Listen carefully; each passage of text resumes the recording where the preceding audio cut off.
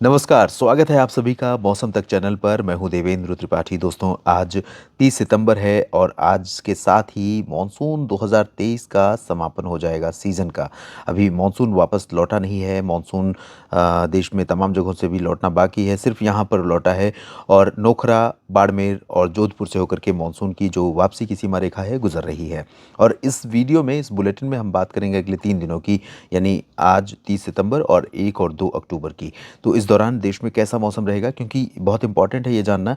एक low pressure system यहाँ पर बना हुआ है जो well mark low pressure area बनने वाला है, और यहाँ पर भी लो प्रेशर सिस्टम बना हुआ है, वेल मार्क लो प्रेशर में तब्दील होगा। तो दोनों तरफ से समुद्री क्षेत्रों के सक्रिय होने के कारण देश के कई राज्यों में कई जगहों पर बारिश हो रही है। यहाँ पर आप देख सकते हैं, ये भूमध्य रेखा का रीजन है और भूमध्य रेखा के ऊपर के रीजन में ये अरब सागर का क्षेत्र है, ये बंगाल की खाड़ी का रीजन है। इन जगहों पर हवाओं की कंटिन्यूटी में देखिए, हवाओं की न सिर्फ कंटिन्यूटी है बल्कि हवाएं काफ़ी तेज़ भी चल रही हैं। तो अनुमान यह है कि जो पूर्वी सिस्टम है वो बंगाल की खाड़ी से उठने के बाद जब आगे बढ़ रहा है ये उत्तर पश्चिमी दिशा में, और इस तरह से आगे जाएगा ये लगभग, और इसके बहुत भीतर तक जाने की संभावना नहीं है, इन भागों में पहुंचने की संभावना नहीं है। या अगर ये इस तरह से आता तो ज़्यादा आगे तक जाता, लेकिन अभी इसके ज़्यादा चांसेस उत्तर की तरफ हैं। तो ऐसे में फ़िलहाल इसका जो आज का असर रहेगा, वो आज का असर है पूर्वोत्तर भारत में, नागालैंड और मेघालय, मणिपुर, मिज़ोरम, त्रिपुरा में ज़्यादा रहेगा ऊपरी क्षेत्रों की तुलना में। इसी तरह से बिहार के उत्तरी क्षेत्रों में यहाँ पर असर कम दिख रहा है। उप हिमालय, पश्चिम बंगाल, सिक्किम में कम रहेगा, लेकिन दक्षिणी बिहार, झारखंड और पश्चिम बंगाल के गंगेय क्षेत्रों में बहुत व्यापक बारिश होने की संभावना नज़र आ रही है इस सिस्टम के प्रभाव से। और ये सिस्टम न सिर्फ इन भागों में बल्कि मध्य भागों में भी कई जगहों पर असर डालने वाला है। असर कहाँ कहाँ डालेगा? ख़ासतौर पर ये डालेगा असर मध्य में उड़ीसा और छत्तीसगढ़ और पूर्वी मध्य प्रदेश के क्षेत्रों में। ये वाला जो रीजन आप देख रहे हैं, यहाँ पर पूर्वी मध्य प्रदेश में सागर और जबलपुर तक बारिश पहुँच जाएगी और छत्तीसगढ़ उड़ीसा में लगातार जारी रहेगी। इसके अलावा उत्तर प्रदेश के पूर्वी क्षेत्रों में भी कुछ जगहों पर इन हवाओं के पहुँचने की संभावना दिख रही है। देखिए, हवाएँ पहुँच रही हैं और ये हवाएँ पहुँचेंगी बहराइच, गोंडा, बस्ती, लखीमपुर खीरी, हो सकता है बरेली तक पहुँचनी शुरू हो जाएँ। हो सकता है उत्तराखंड पर भी कुछ हवाओं का असर दिखाई दे। नेपाल के रास्ते जो हवा ये आगे बढ़ेगी इस तरह से जब जाएगी तो उत्तर प्रदेश के तराई वाले रीजन और बिहार, नेपाल के रास्ते होते हुए उत्तराखंड तक पहुंचेंगी ये हवाएं। तो यहाँ पर थोड़ी नमी हो सकती है, लेकिन बहुत सिग्निफिकेंट बदलाव उत्तराखंड, हिमाचल या जम्मू कश्मीर, लद्दाख, गिलगित बाल्टिस्तान, मुजफ्फराबाद या फिर मैदानी इलाकों में नहीं होगा। तो यहाँ उत्तर प्रदेश में लखनऊ और अमेठी, रायबरेली तक थोड़ी बहुत वर्षा हो सकती है या बादल रह सकते हैं। बारिश की संभावना जो है वो प्रयागराज, कौशाम्बी और आसपास के इलाकों में, भदोही, सोनभद्र, मिर्ज़ापुर तथा आसपास के क्षेत्रों में दिखाई दे रही है। बाकी जगहों में चांसेस बहुत कम है। जौनपुर, प्रतापगढ़, सुल्तानपुर, अयोध्या और अमेठी, रायबरेली, बाराबंकी से लेकर गोरखपुर तथा आसपास के भागों में कुछ स्थानों पर वर्षा होने की संभावना नजर आ रही है।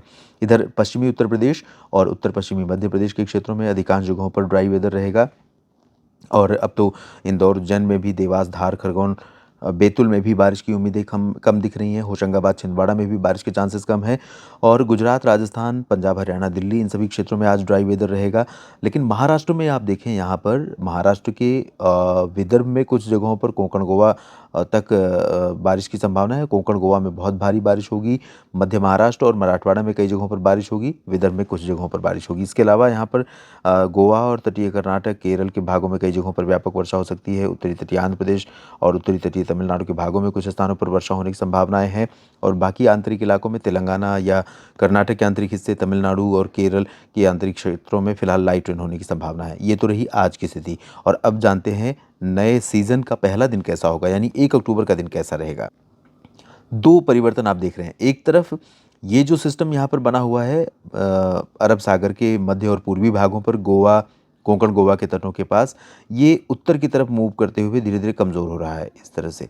और जो यहाँ पर सिस्टम बना हुआ है लो प्रेशर, वो आज के बाद इस तरह से उत्तर की दिशा में बढ़ते हुए कमज़ोर तो होगा, लेकिन जितनी तेज़ी से डिसिपेट ये हो रहा है उतनी तेज़ी से ये डिसिपेट नहीं होगा और इसकी निरंतरता अभी कुछ दिनों तक रहने वाली है। लेकिन इसके बावजूद, इसके कमज़ोर होने के बावजूद, कोंकण गोवा में, मुंबई के नीचे, रत्नागिरी से लेकर के सिंधुदुर्ग के बीच में और साथ ही साथ मध्य महाराष्ट्र, मराठवाड़ा और विदर्भ के दक्षिणी भागों में कई जगहों पर व्यापक वर्षा हो सकती है। इसके अलावा गोवा और तटीय कर्नाटक, केरल में कई जगहों पर व्यापक बारिश होगी। और जो महाराष्ट्र का उत्तरी क्षेत्र है, धीरे-धीरे अधिकांश इलाकों पर यहाँ ड्राई वेदर होता जाएगा।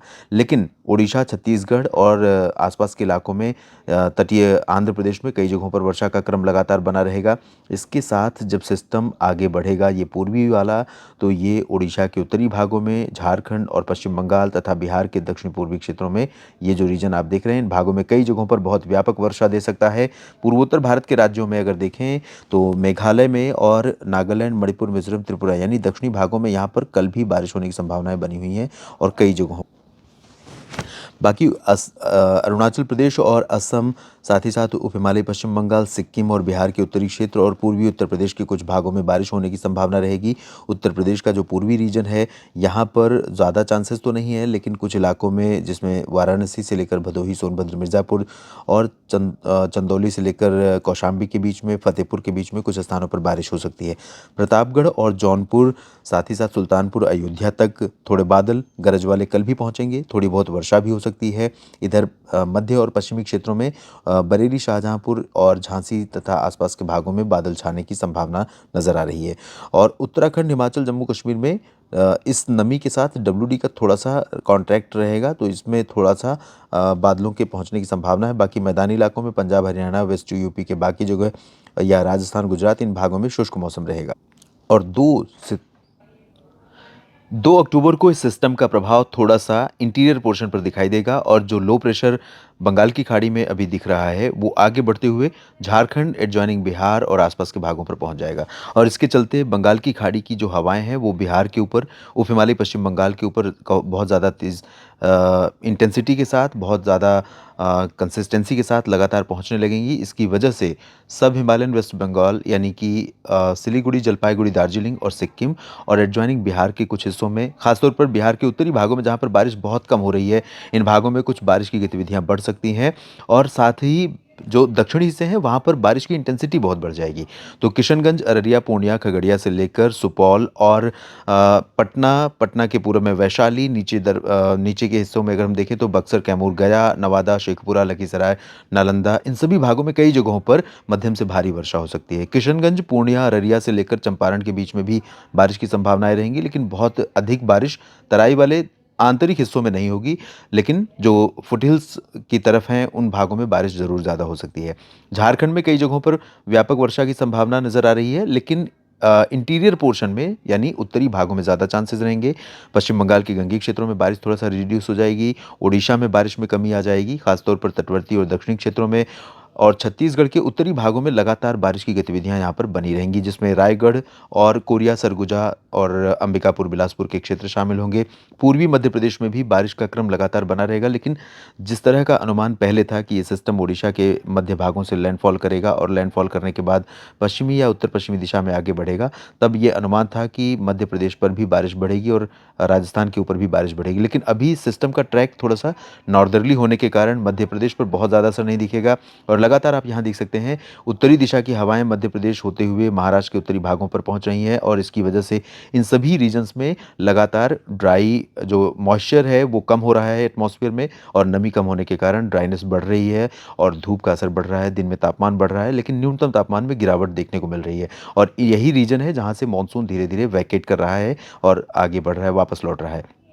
राजस्थान, गुजरात, पंजाब, हरियाणा, दिल्ली और पश्चिमी उत्तर प्रदेश के अधिकांश भागों में शुष्क मौसम, लेकिन उत्तराखंड, हिमाचल और जम्मू कश्मीर से लेकर लद्दाख के बीच में थोड़ी सी नमी बढ़ रही है। नमी बढ़ने की वजह दो है, एक तो इधर डब्ल्यूडी का थोड़ा सा इम्पैक्ट है इसके कारण, और साथ ही साथ फुटिल से होकर के जो हवाएं यहाँ से पहुँच रही हैं पूरब से पश्चिम की तरफ, वो नेपाल के रास्ते, उत्तराखंड के रास्ते या उत्तर प्रदेश के तराई वाले रीजन के रास्ते, इसकी वजह से वेस्टर्न हिमालयन रीजन में कुछ एक्टिविटी हो सकती है। बहुत ज़्यादा एक्टिविटी नहीं होगी, लेकिन थोड़ी बहुत गतिविधियाँ यहाँ पर देखने को मिल सकती हैं। इधर पूर्वोत्तर राज्यों में कई जगहों पर वर्षा का क्रम लगातार बना रहेगा। मध्य भारत में महाराष्ट्र पर बहुत रिलीफ मिलेगी। मुंबई और पुणे, नासिक, अहमदनगर से लेकर के सिंधुदुर्ग के बीच में जो बारिश हो रही है, गोवा तक, साथ ही साथ तटीय कर्नाटक के रीजन में, इन भागों में बारिश बहुत रिड्यूस हो जाएगी। लोगों को बड़ी राहत मिलेगी, क्योंकि अभी जो बारिश हो रही है आज और कल जो होने वाली है, उससे काफ़ी नुकसान पहुंच सकता है। इधर उत्तरी तेलंगाना और आंध्र प्रदेश से लेकर पूरा साउथ पेनिनसुलर रीजन जो है, इंक्लूडिंग तमिलनाडु और केरल, लाइट रेन होने की संभावना है। बहुत ज़्यादा तेज़ बारिश फिलहाल साउथ पेनिनसुलर रीजन में देखने को नहीं मिलेगी। इस बुलेटिन में भी इतना ही। लगातार जुड़े रहिएगा मौसम तक चैनल और न्यूज़ मीडिया मंच के साथ। मॉनसून के वापस लौटने की खबरें और बंगाल की खाड़ी या अरब सागर में बनने वाले मौसमी सिस्टमों के बारे में जानकारियाँ लगातार आपसे शेयर करता रहूँगा। जानकारियाँ कैसी लगती हैं, आप कमेंट बॉक्स में ज़रूर बताइए। अगर उपयोगी हैं तो लाइक और शेयर करना ना भूलें। धन्यवाद।